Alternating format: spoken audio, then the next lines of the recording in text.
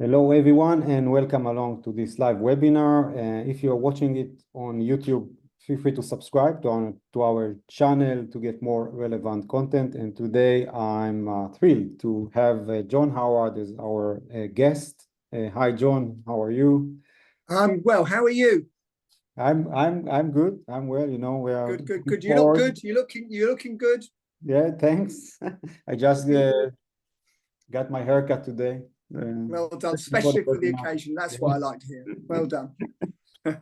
You look great as well, John. And thank you for joining. Not at all.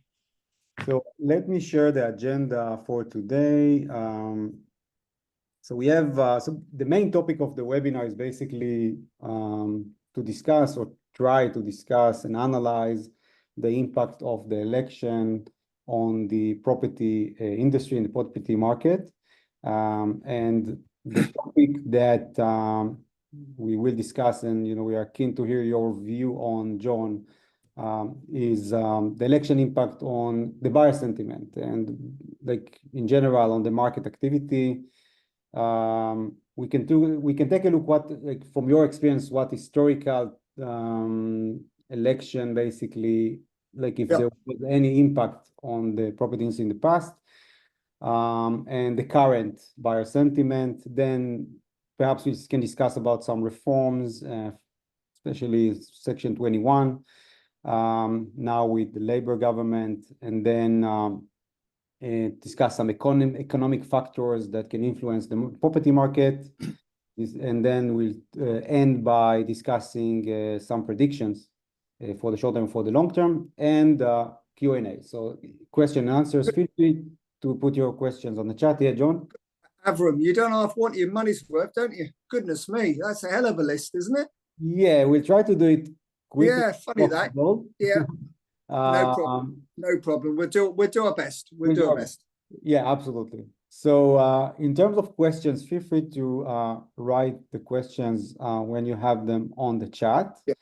And we'll try to answer, if not during the webinar, but in the end, we'll try to have some time for questions and answers. Just quickly before we start, perhaps, John, if you can provide some introduction. I believe many of our attendees know you, but perhaps it would be good for the ones that doesn't know you. No, absolutely, Avram. Well, thank you first of all for inviting me on. We're good friends, and what you're doing and your website and so is great. So a landlord is a great help to many landlords and investors, new and old. So well done, you. I'm John Howard. I've been a property developer and investor for over 40 odd years. Some people call me a veteran of the industry, which is a bit harsh because I've got a long way to go yet, hopefully.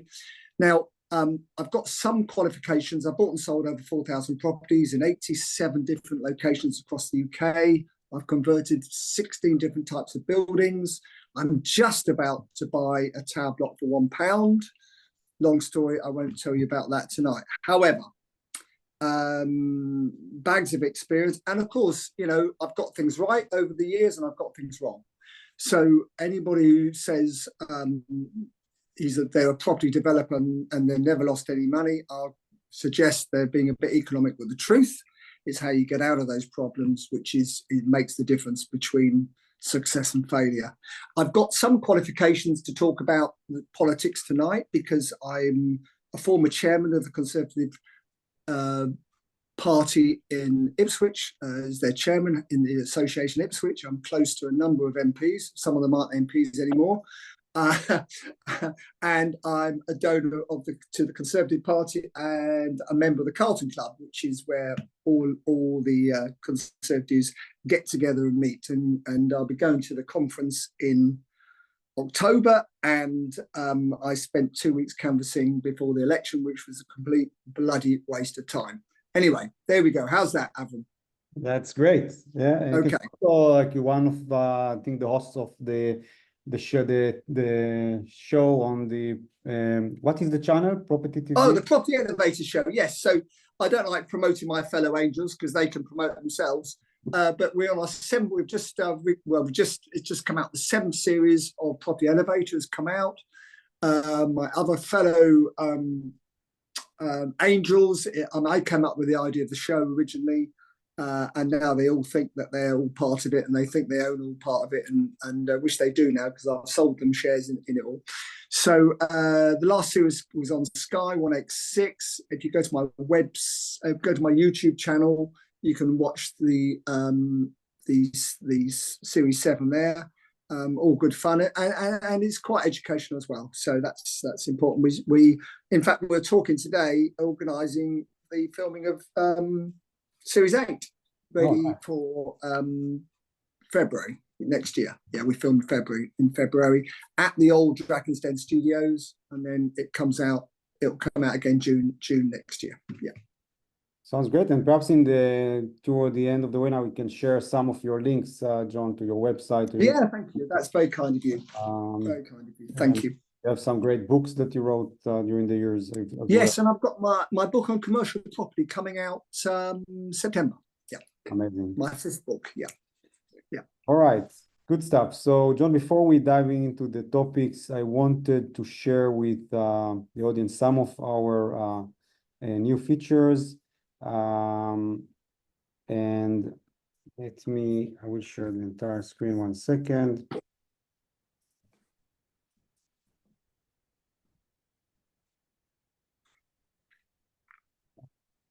Can you see the screen? Yep. All right. So we'll switch an account. Just give me 1 second. So we just released for existing landlords something that many users requested. It's a mileage tracker. So you can start tracking your trips, if it's a private or business, and the platform will calculate the distance and the potential return. It's connected to Google Maps. So you just need to type 2 addresses, you can put some description of the trip.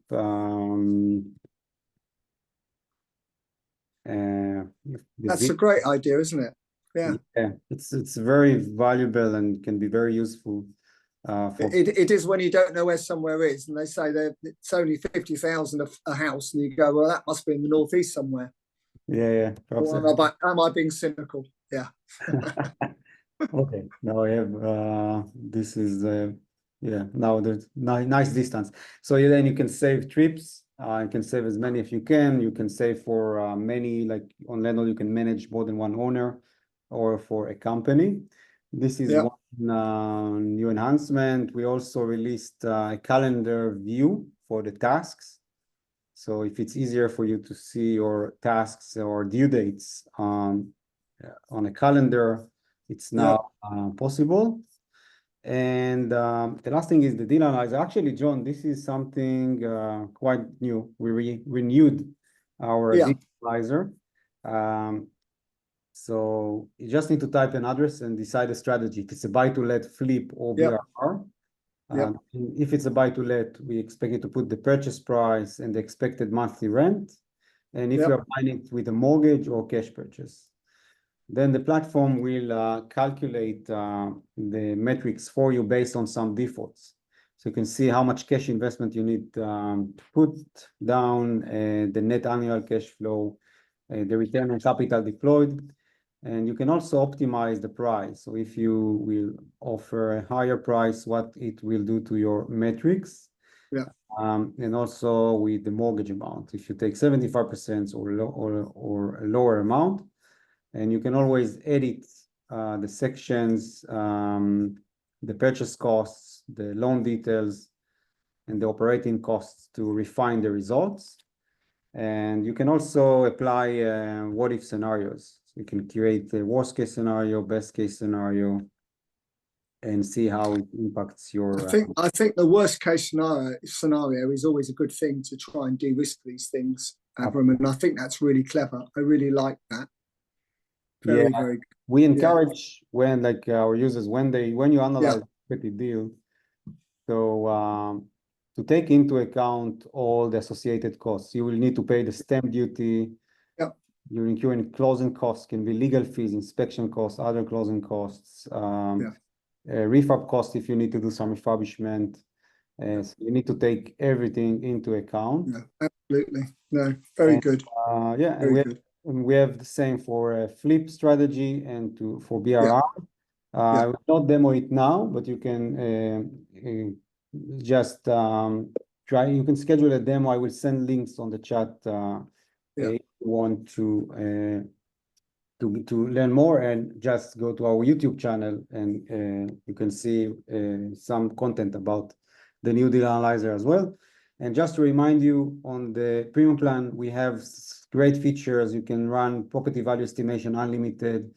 You can run the postcode information search, which is also very valuable, unlimited, and everything. The premium plan is £99 per year.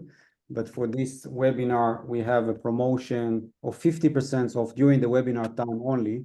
So you can do it during I believe, the next 30 minutes to 45 minutes. The way doing it, let me sign it for, I will just show it quickly.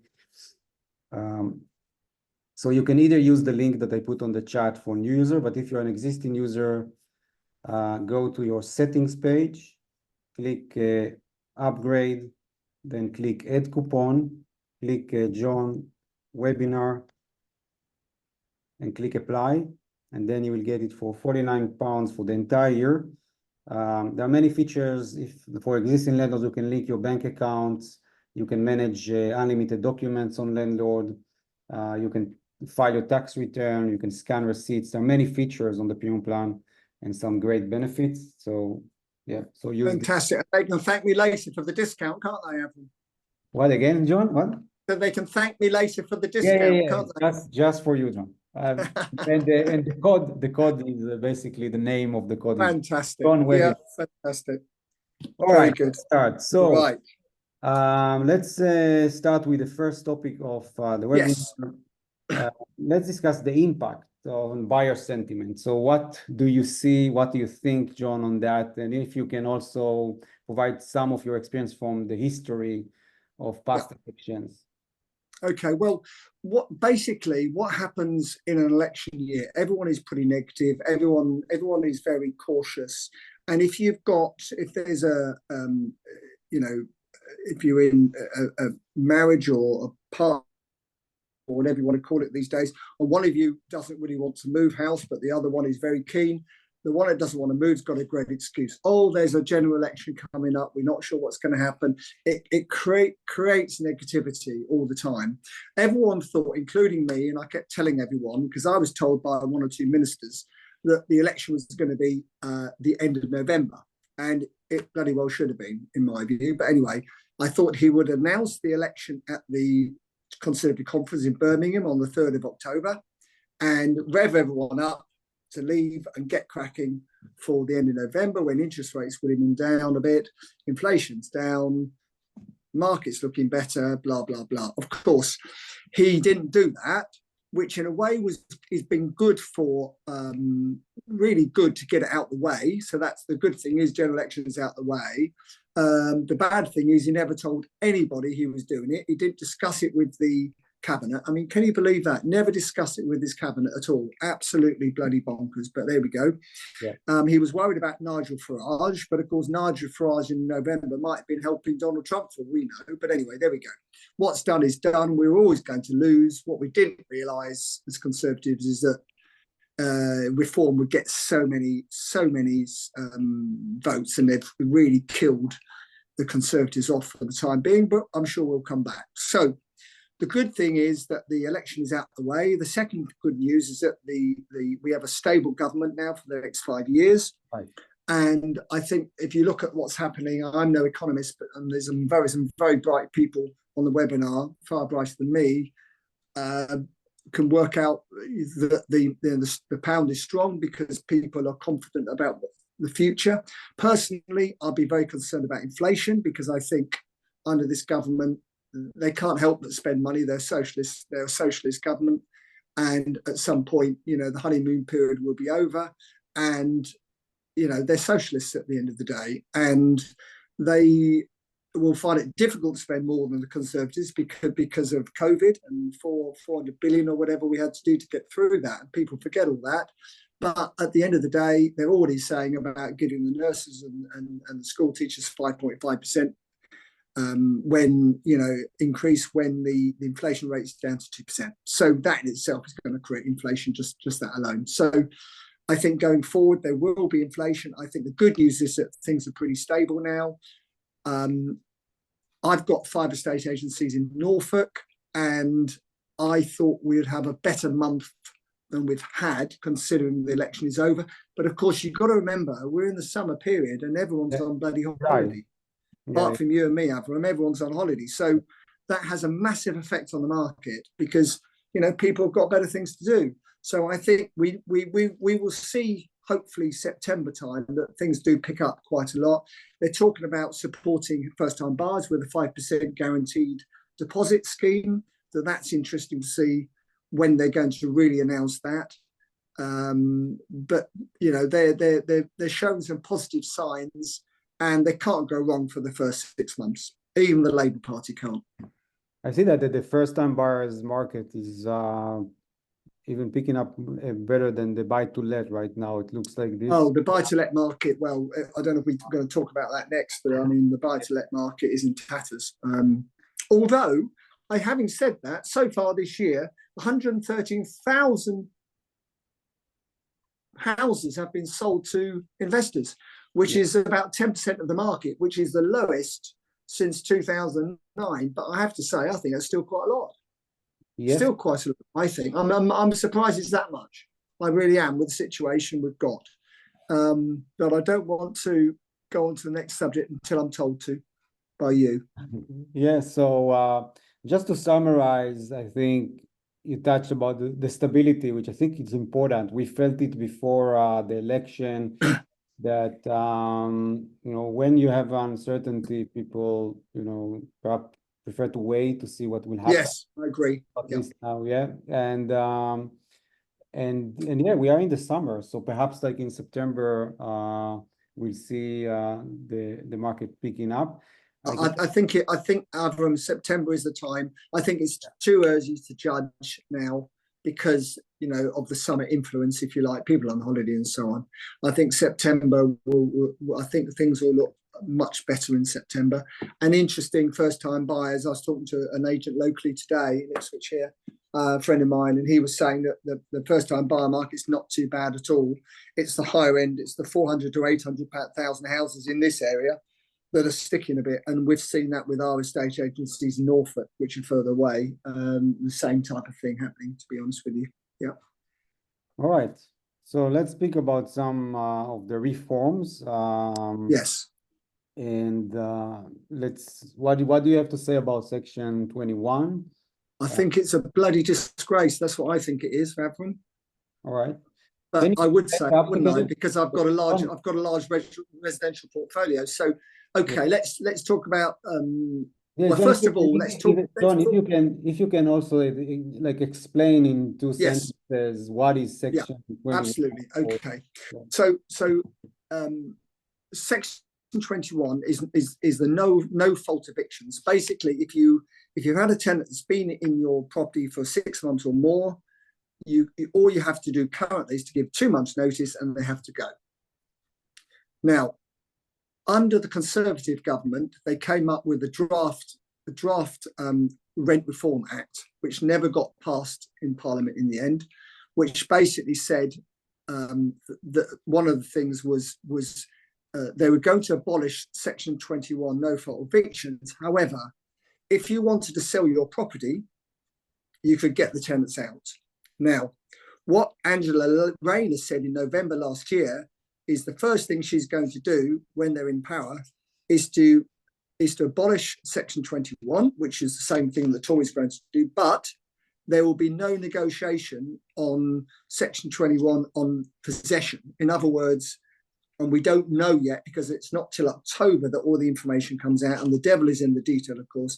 But I think, and I might be totally wrong, but I think They're going to be good as their word, and you will not be able to get your tenants out unless they haven't paid the rent or something like that. Now, that is very serious, because basically it means that your property, if you can get vacant possession of your property to sell it, you've got 100% of the market to sell to. If you can't get it vacant, you've got 2% of the market to sell to. And guess who one of the 2% is? Me. And I'm a vulture. I'm not going to be paying 100% of the vacant possession value.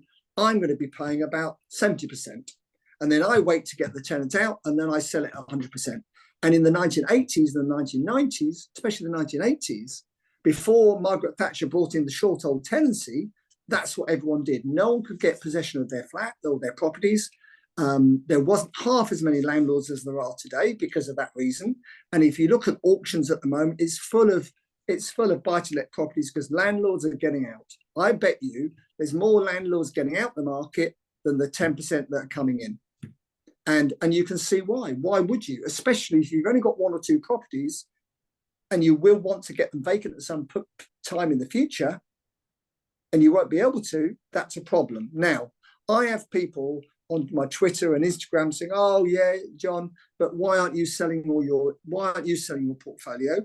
And I want to keep it rented anyway. It doesn't matter to me. Well, it will matter to your bank, because when your loan is up and the property is revalued and it's valued at 30% less because you can't get vacant possession, you're going to have to put some money in to reduce the size of your loan probably. So it does matter there. If you've got a large portfolio, I think it matters less, because on average, you might have 30% of your portfolio coming vacant a year anyway. But if you've only got one or two and the people in there have been there a long time and don't want to move, they will never have to move. Never have to move. Imagine that. You've just given that property to them for life. But this is not it's still like it's like in discussions, I believe, or like it's it's in discussions, but Angela Rayner has already said in November last year there'll be no negotiation. They love tenants. They don't like landlords. There's 2.5 million of us in the country housing 8 million people. They don't care a flying fig for us. They care even less for us, Avram, than the Conservatives did. And the Conservatives were a disgrace. Michael Gove was an appalling housing secretary, in my view. And Angela Rayner, come on, what do you think she's going to do?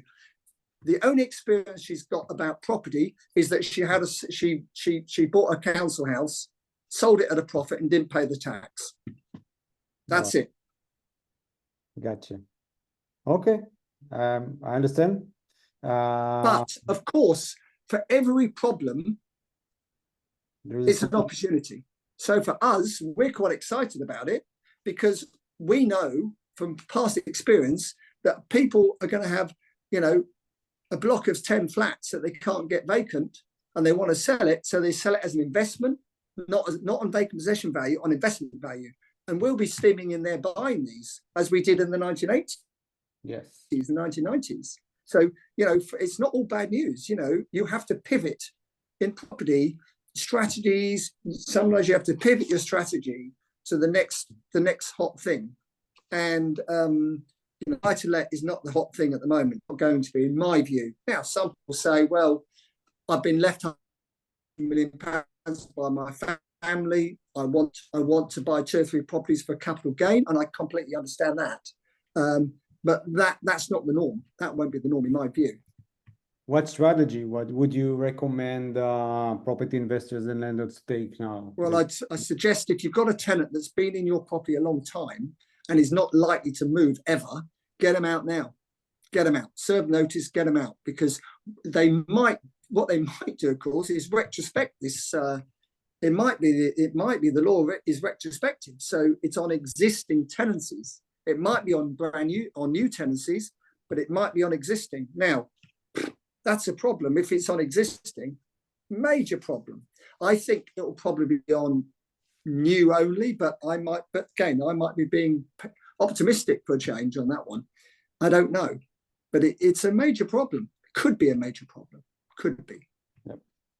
So we have a question from Mary Rose: if the next strategy is BRR or flip. BRR is to find opportunity, I don't know, property that requires some refurbishment, just to explain what it is. Then you perform the refurbishment, and then you get the remortgage on a higher value and get a tenant. There is another strategy, flip. So there you basically, you just either buy under market value or buy an unrefurbished property, make the refurbishment, and then sell at a higher value. Would you use both strategies, right? I have three golden rules, and I try to remind myself these golden rules, and everyone should, I think, do the same. One is, can I buy the property and sell it without doing anything to it? Because I should be buying at a discount. I'm in the property industry. It's a business. I'm not an amateur, and nobody on this webinar should be an amateur. This is a business, and it's serious business. You can lose money and make a lot of money. So my first question when I buy, can I buy and sell it without doing anything at a profit? I should be able to do that if I bought it right. Secondly, can I buy it, refurbish it, and sell it and make a good profit? And thirdly, can I buy it, refurbish it, refinance, and get the majority of my cash out to go again? Because you need the cash to go again. You need your dealing money. Otherwise, you just get stuck. Now, the difficulty with the third one at the moment is because interest rates are higher, it's very hard to refinance and retain it and get all your cash back. Realistically, you can probably get half your cash back to go again. It's very hard to get it all out. But I remind myself every day, can I do those three things? If I can't do all three, I question whether I should do the deal at all. All right. And by the way, we in the new deal analyzer, we released the BRR analyzer as well. It's beta. So I actually was surprised that it's not live, but basically you treat it as a beta version and but on BRR, what we expect you to put is the purchase price, the refurb costs, and then if you use bridging finance, usually for flip projects or furniture projects, it's very hard to get a mortgage. So either it's a cash purchase or bridging finance. You can get quote from landlord for bridging.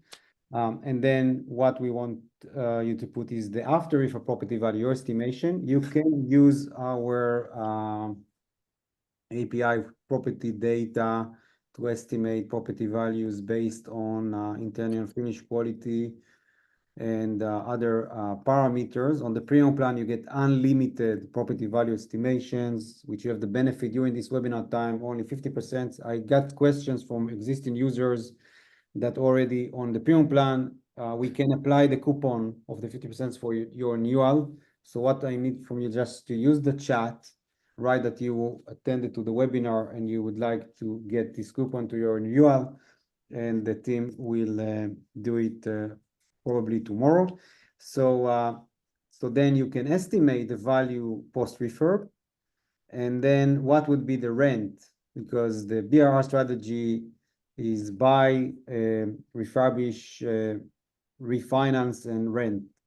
So then you just need to put the let's you just use random numbers like 150. Let's say it will be £1,000 rent, and then if you are going to do a remortgage, and here you can see the analysis. So you will see the refurbishment project metrics, but then the let period. So I think John just discussed about this number, the money left in the deal. So this means that, let's say that the total cash investment in the beginning was £49,000. If you did it right and you were able to increase the value, in this case to 150, then the remortgage amount will provide you with some capital raising that eventually the money that you invest in this deal will be this amount only, rather than this amount. This, of course, an ideal scenario. So you need to run the numbers. You can use the edit button to refine the results. But now on Landlord, it's available. You can also analyze BRR strategy. Of course, also, you got your three options there. Look, there you go. The three options. Fantastic. Yep. Yeah. My three golden rules. And now, if I understood you correctly, you would focus on flip and BRR more than just If I'm buying, what I would say, Avram, if you're buying more than one unit, say you're buying a house in three flats, then that's very different, because you might be able to sell two, retain one, refinance, and move on much easier. And I like buying more than one unit at a time, because that you've then got more options, and it's safer, to be honest with you, rather than just buying the one. But of course, the selling is all in the buying, because if you pay the right price, if it's cheap enough in the first place, you can do whatever you want. You can do all three golden rules and more, probably. So it's all about in the buying. And whatever the market's like, it doesn't matter if the market's good or bad. If you're buying at the right money, you've still got all those options. People say to me, "Oh, I'm not buying at the moment because market's too high or whatever." That's really a load of rubbish in a way, because if you buy it right, you can still make money in any market. Any market. I agree. And you reminded me another thing. So we have also the property sourcing tabs. And here, basically, you can find properties from agents. You can apply filters. You can also find the properties from auction houses. Yep. And on our premium plan, you can add it to the watch list. You can also run postcode information, unlimited searches. You can also create sourcing alerts when price increase, price decrease. But again, for that, they're only going to go one way, and that's down, isn't it? If there's an alert, it's not going up, is it? It's going down. That's the good news. Usually it will go down. Yeah, absolutely go down.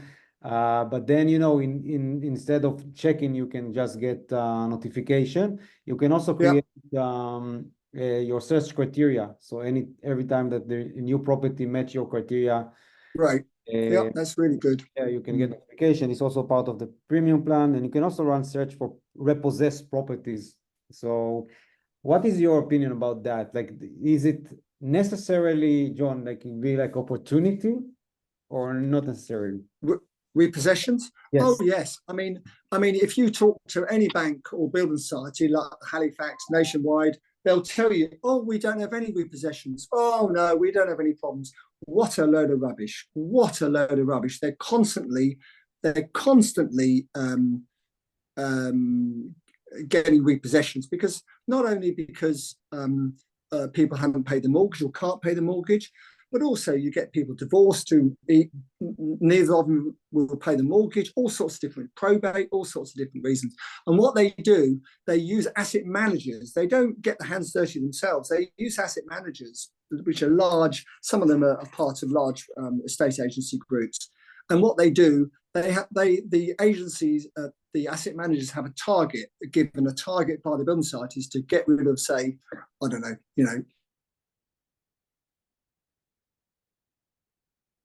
Yeah, John, I think your signal is not so great. We lost you for a sec. So John will rejoin. In the meantime, I will switch for account, which is premium. And again, you have the links. I will put them on the chat again to subscribe to our premium plan.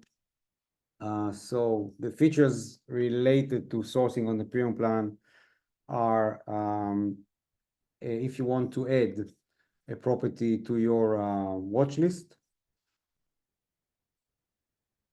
so you can do it, and then you can maintain a watch list. And then on the sourcing alerts, you can get alerts on price decrease, price increase on your properties on your watch list alert before the auction date, if it's an auction property. And also you can create search criteria, so the platform will notify you every time it's your property. Yeah, John? Sorry, yeah, I'm back. I don't know what happened there. I do apologize. Hang on, I'm just trying to how do I get to see myself? Yeah, just the video. Yeah. Hang on a sec. Hang on a sec. Yeah. All right. Sorry about that. Yeah, no worries, no worries. Leave. Yeah, John? Yeah, we lost John. All right, came back. John? Oh, sorry, I wouldn't. God knows why that happened. I do apologise. No worries. So, yeah, what was I saying? Yes, about auctions. So, yeah, buying at auction is a great source of deals, and you cover that. I know Yeah, we have with dedicated your site, so that's brilliant. Yeah, yeah, yeah, dedicated tab. You can see the auction date, the guide price. yeah, There is a difference between there is a guide price and there is the reserve yeah, price. Guide price is just indication of where yeah. the bidding will start, but the reserve price is the price that I'm not sure that is disclosed. I don't know if like all the auction houses will disclose the reserve price, but basically this is the price that when But basically, everyone, the reserve price should be halfway between the guide prices. So if the guide price is 100 to 130, the reserve should be 115, but no one takes a lot of notice. But that's how it should be. That's the whole point of it all. That yeah, and of course I owned Auction House UK, biggest auction house in the UK for a few years with my partner and so on. We sold it in 2021. But yeah, so I've been buying, selling auctions for 35 years. Great fun. Auctions are great fun. Less fun than they used to be because it's all online. So you love all that, Avron, but I like being in the room and meeting people and are there dealing. still like rooms of like there are physical auctions, right? Not many, unfortunately. I think there might be more when the market gets tougher. But when there's all these, remember, an auctioneer only takes probably half the properties they look at because people want too much for them. So they're very fussy. There we go, Auction House UK. Because they're very fussy what they take because they want to sell these units. They don't want to take unit properties on that they can't sell. So so that's what you have to remember. That the reserves at most of these auctions are very sensible, very sensible prices. Yeah, yeah. All right. What's next? Yeah. Next topic. 1 second. All right. Economic factors influencing the property market. So here basically would love to hear your thoughts about the Bank of England interest, like potential cut. Yeah. Well, basically the Bank of England, the governor of the Bank and the governor of the Bank of England is the most negative, defensive person we've ever had. He took far too long to put interest rates up, and now he's, in my view, and many others as well, he's taken far too long to put them down. I think he's gutless, basically. But anyway, I'm not the only one to think that. He's meant to be independent, but God help us. They've admitted quite recently that all their the way they worked out whether interest rates should go up and down was a mistake. You can't make it up, really, can you? But anyway, there we go. Interest rates, I thought were going to come down. I thought they would come down in July if it wasn't for the election, because you can't bring them down during an election. I then thought they would definitely come down in August, and now I'm told by people that know far more about it than me that they're not likely to. They're not likely to come down in August, which is appalling. It's a disgrace. They should come down. This country needs to get going. And until they bring interest rates down, it's not the amount they bring it down to. It's the sentiment, Avron, that's important. It's the fact that they're on their way down rather than going up or stabilizing. And that is absolutely essential to get the property market going. Maybe they'll come down in August. I don't think so now. Maybe they'll come down in September. They're banging on about inflation. I mean, inflation was the same this month and the last month as the month before. It's 2%, for God's sake. Come on, guys. Get on with it. We need to get things moving. And if we don't, we're going to be stagnant, and we don't want to be stagnant. We've got to get prices, interest rates down. Stability is very important, and that should help that, of course. But what doesn't help, and probably what the governor of England, Governor Bank of England is now thinking of, is hang on a minute, we've got a Labour government, inflation, 5% pay rises and all this business. So maybe, I don't know. It's very difficult. But if you look at most economic factors, they think the economy is doing better than they thought. Surprise, surprise. Interest rates are down. Inflation's interest rates. The inflation's down. productivity is up, you know, surely they're going to do something, but maybe not. Yeah. Your guess is as good as mine, or probably the guys on the webinar have got a better idea than I have, but it needs to come down, whatever. Actually, interestingly, some of the mortgage companies have priced it to come down already. They've anticipated it, but I think they might have anticipated it too soon. You know, some of these building societies have come down 0.3%, which is pathetic, really. Let's be honest, it's nothing, absolutely nothing. Everyone needs to be ballsier. Simple as that. Yeah. By the way, on Landlord, you have on the finance tab, you can find live results for buy-to-let mortgage or remortgage products. Yeah, that's really important. Yeah, absolutely. And this is also the engines doing some analysis to the portfolio in the background. So if you you need to meet the criteria of the lender. So for instance, in this, so let's say if the minimum income doesn't fit, then you can update it here and then run again the search, and you will find perhaps other results. I think what is important to take a look is the rate versus the fees. So you can order by initial rate, or and then you can find perhaps higher fees. All right. Avram, you're absolutely right. Yes. You know, some of these rates look relatively competitive until you look at until you build into the cost of taking it out.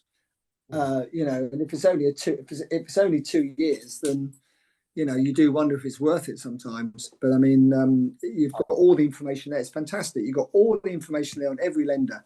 It's brilliant, absolutely brilliant. Yeah, so really good with sourcing platforms, you can find, and will also be notified if it doesn't meet the criteria of a lender and what is the reason. And you can also start a process to get a mortgage illustration, a digital journey to get your mortgage illustration. We have some benefits to premium users. I keep reminding it because we have the webinar time for that. So you can use the coupon for 50% off. I see all the questions about existing premium users or users that want to renew. We will help everyone to get the benefits. So just write on the chat, and probably tomorrow we will apply the coupon for you as well if you're already on a premium plan. If you don't, just click on this link if you don't have a landlord account for new users, and existing users click on the link that I put /premium, click add coupon, and then enter John webinar, click apply, and get the 50% off for the first year, and then it will go to £99 on the second year. All right, let's go to the last topic. John, you have a few minutes more because we planned it for 45 minutes. I think that we need a few minutes more, if that's okay. Yeah, that's fine. Yep. Okay, so short-term and long-term predictions. I know it's hard to predict, and I think that I heard your views so far, but if you have something to say about... It's an absolute mug's game, predicting. Is absolute mug's game. But thank you for throwing me the hospital pass, Avram. So here we go. Predictions for the market activity immediate aftermath election. I think from September, I think you've got to wait till September onwards, but I think September onwards to the end of the year will be okay. I think the nationwide is saying the market's gone up 2%, big deal. That means nothing. 2% means absolutely nothing. It's not even worth talking about. So, and of course, it's a micro market. So some areas might have gone down a bit. Some areas will go up a bit. Some areas will perform better than others. At the moment, the best rental areas for rental increases is in the northeast, interestingly, and the cheapest properties are in the northeast normally. So that's quite an interesting, that's quite an interesting information. So I would say the market this year will be okay. I think what's important is that they bring in some sort of 5% deposit scheme, which is they're talking about. That will certainly help first-time buyers. And I think next year the market will improve more than it has this year. I hope so, that's for sure. Maybe 5% increase or something. I mean, and the average is 5% over the last 20, 25 years. Bear in mind, during that time, there's blips as well, where it's gone down 10, 15%. So I think, like the key to all this, like you said, Avram, I believe is stability, and there is some stability. Concerns over inflation, I think. But then, to be fair, if you go back 20, 30, 40 years, 50 years even, not many property investors or developers have done badly out of a Labour government because they spend more, so there's more inflation, there's more possibilities of grants, and so on. So, and whatever happens, there's still going to be a massive housing problem, whatever they think they can do. Do they really believe they can build 1.5 million houses over the next 5 years? Well, the best they've ever done, 1968, we built 368,000 in 1968. So I don't think they can. I don't think they will. And by the way, they're talking about social housing. They're not talking about houses that some of us would like to live in. They're talking about social houses. 1.3 million people on the housing waiting list in the UK. They're talking about supporting, and rightly so, those people. And I think the way they're going to try and do that is by forcing house builders to give away 50% to social and 50% social housing. So at the moment it's 30% social housing over 10 or whatever it is. London it's 50% anyway, but I think across the country, I think they'll whack it up to 50%. And that will kill the small house builder. The big house boys will be fine. And actually, this government have already said they don't really want small infill sites being filled in. What they want is new villages, new towns. And they look into the big house builders that build, the top 10 house builders at the moment build 64% of the houses in the UK. Mm-hmm. And they control them. Whatever Labour say and want to do, they control the market. I hear you. All right. Okay, great, good stuff. Let me see if we have some questions. Yeah. Guy asks, would you invest in central London? And if so, if it will be buy to let or BRR? Well, if I had enough money, I'd like a flat in Mayfair, please. Would I invest in central London? The problem with central London is the growth in central London over the since 2016 has been pretty grim. Hasn't been very good at all. And you're talking about yields of 2-3%. So London's all about capital growth. It's not about rental income. It's about capital growth. And the only people that are going to afford to do it are the very wealthy, in my view. Unless, again, you're buying, a house in 4 flats, sell 3 flats, keep 1 or whatever it might be. It's very difficult in London because you've virtually got to pay cash for them because the amount you can borrow on a rental yield is so small compared to what they're worth. All right. Another question from Harry. I have a personal rental property. Would you recommend buying this through my business, or is this not cost effective? Say it again, Avram, I missed that, sorry. I think it's like the question if to purchase a property under a limited company or as an individual, I would say. Yeah, I bought my first property on my 18th birthday, and even then I bought it in a limited company, even all those years ago. Limited company is the way forward. It's professional. It's the way to do it, in my view. The people who have got assets in their own names are really struggling at the moment to convert them into limited companies, to put them into the limited companies. So limited company is always the way forward. Yeah. Another question from David. What about serviced accommodation and new Labour government? Yeah, service accommodation. The one good thing about service accommodation is you're sweating the asset. So, you're sweating the asset, which is good. You get a better return, but it's hard work. There's a lot more work involved in it. Now, the Labour government are talking about putting licenses, making anyone who's doing Airbnb, that sort of thing, making them have a license. What they don't want to do, what they're desperate to not allow people to do, is to do holiday homes and more Airbnb, because it's taking stock out of the rental market, and they don't want that. So that's what you've got to remember. So I would say on that one, I'd just be a little bit careful, because they are going to try and bring in restrictions.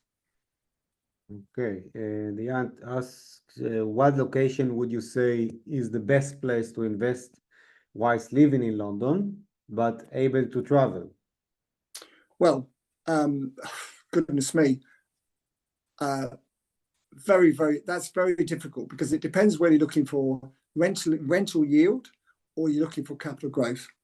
If you're looking for rental yield, then the north is the answer. If you're looking for capital growth, the south is the answer normally. But what you've got to remember, there's no housing shortage up north. The housing shortage is down south. So there's 17 people for every house that comes on the market rental. They reckon there's 17 people on average for it. That's not the case up north or even the Midlands, in parts of the Midlands. So the housing shortage is patchy. You know, it's the south mainly, not the north.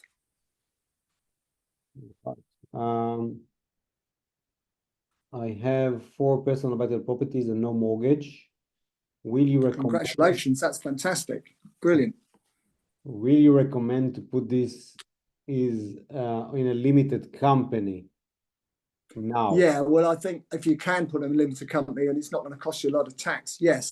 If you've got 4 properties with no mortgage on them, you also need to leverage them by, you know, even if it's 30-40%, to go out and buy some more. All right. Because property is all about leverage, but it's sensible leverage. It's all about, you know, if you've got, you know, 200,000, you've actually got 100,000.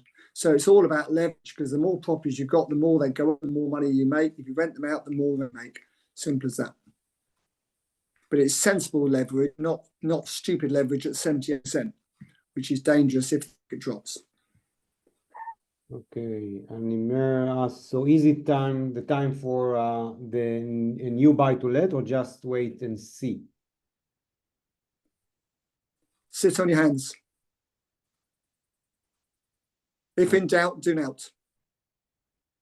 All right. Would you transition my personal property into my business? So I think we answered those questions. Yep. Is a family investment company better than a simple LC? Limited company, yeah. Well, that's very interesting, because actually I'm in the process of because of inheritance tax, I'm in the process of trying to give some of my assets away. But I tell you what, it's bloody hard to give assets away without paying a whole load of tax to your family, which is all a bit bonkers. And funnily enough, I'm just setting up a family trust, but which sounds great, but actually it's not that helpful. So I think it just depends on your family and who's in it and what you're trying to achieve. You know, if you're trying to give assets away, then maybe that's not a bad way of trying to do it, as long as you live 7 years. All right. Michael asks, perhaps I will answer, what way would you recommend to start investing in property without no initial capital? I would say you need capital to start investing in property. Yeah, I think I agree, Avram. I think you've got to be realistic. I mean, there's a lot of investors out there who will lend you some money potentially if you can give them a decent return. There's also the rent-to-rent market, which, you know, if people, you know, a lot of people have to start with rent-to-rent, then they move on to other things. There's nothing wrong with that at all. But the only worry I worry about rent-to-rent is that, you know, you've got to put it back in the same condition you rent it in 5 years later. Yeah. And if you're going to use all the rent from your rental profit to put it back into to refurbish it, then really there's not a lot of point doing it in the first place. So I do think you've got to be careful, but it's certainly a strategy that some people have done very well with.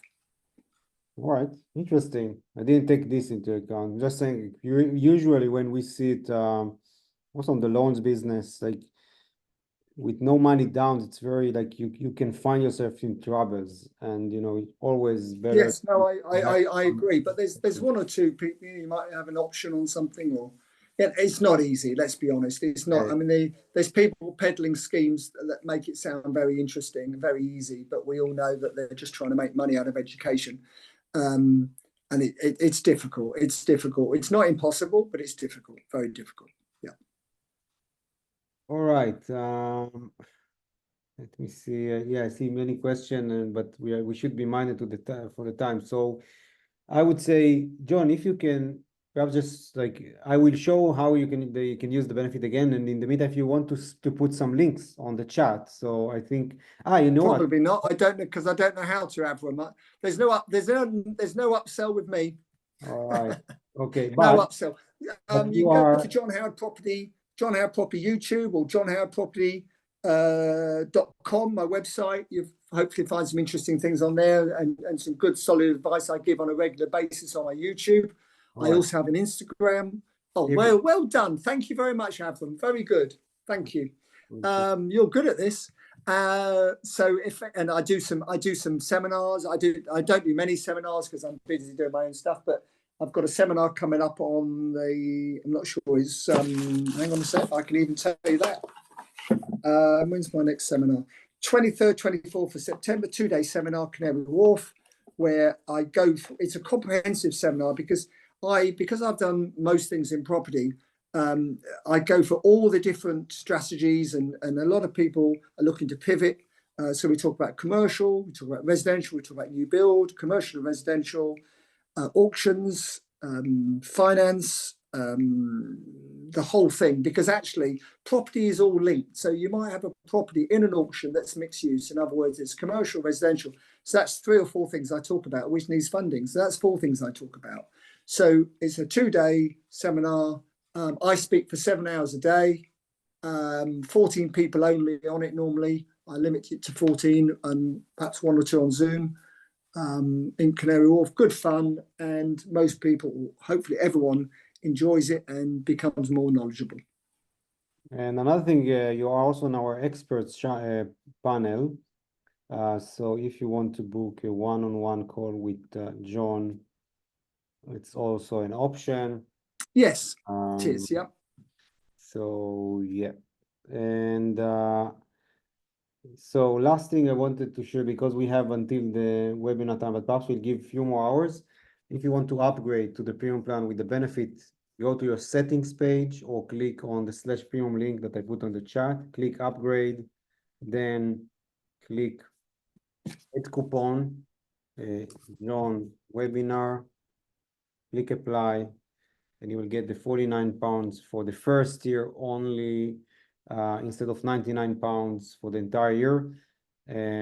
As I mentioned, there are so many features on the premium plan. It's very valuable, only £49 for the entire year. For existing premium users, just use this chat, say that you attended to the webinar, and the team will apply the coupon to your renewal.